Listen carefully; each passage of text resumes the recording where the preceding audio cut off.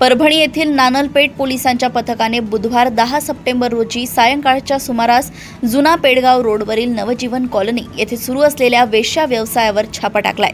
सदर प्रकरणी 2 महिलांवर गुन्हा दाखल करण्यात आलाय। पोलिसांनी छापा टाकल्यावर 5 जणांना ताब्यात घेण्यात आलंय। गुन्हा दोघांवरच दाखल झाला आणि इतर 3घांना सोडवण्यात आलंय, अशी उलटसुलट चर्चा परभणी शहरात सुरू आहे। वरिष्ठांनी या प्रकरणात लक्ष देण्याची मागणी होत आहे। मागील काही दिवसात नानलपेठ पोलीस ठाणे हद्दीत 2 कारवाया झाल्या। जिल्हा सामान्य रुग्णालयासमोरील लॉजवर तसेच पाथरे रोडवर कारवाई करण्यात आली। त्यानंतर बुधवार 10 सप्टेंबर रोजी नवजीवन कॉलनी येथे पोलिसांनी वेश्या व्यवसाय सुरू असल्याबाबत माहिती मिळाल्यानंतर छापा टाकला। पोलिसांच्या पथकाने सदर ठिकाणाहून नागपूर, लातूर येथील 2 महिलांची सुटका केली।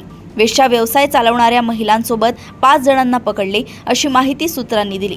मात्र या प्रकरणी 2 महिलांवर गुन्हा नोंद झाला आहे। रेखा सावंत, जरीना सय्यद या महिला आर्थिक फायद्यासाठी बाहेरील महिलांना घरी बोलावून वेश्या व्यवसाय करून घेताना मिळून आल्या, अशी तक्रार देण्यात आली आहे। या प्रकरणी नानलपेठ पोलिसात गुन्हा दाखल करण्यात आलाय। जुना पेडगाव रोडवरील नवजीवन कॉलनी येथे वेश्या व्यवसाय सुरू होता। या ठिकाणी छापा टाकत कारवाई करण्यात आली।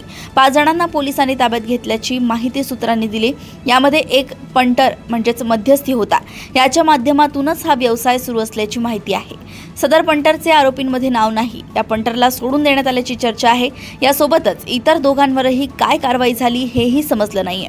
आरोपी महिलांमध्ये एक महिला पोलिसाची नातेवाईक असल्याची ही माहिती सूत्रांकडून प्राप्त झाली आहे।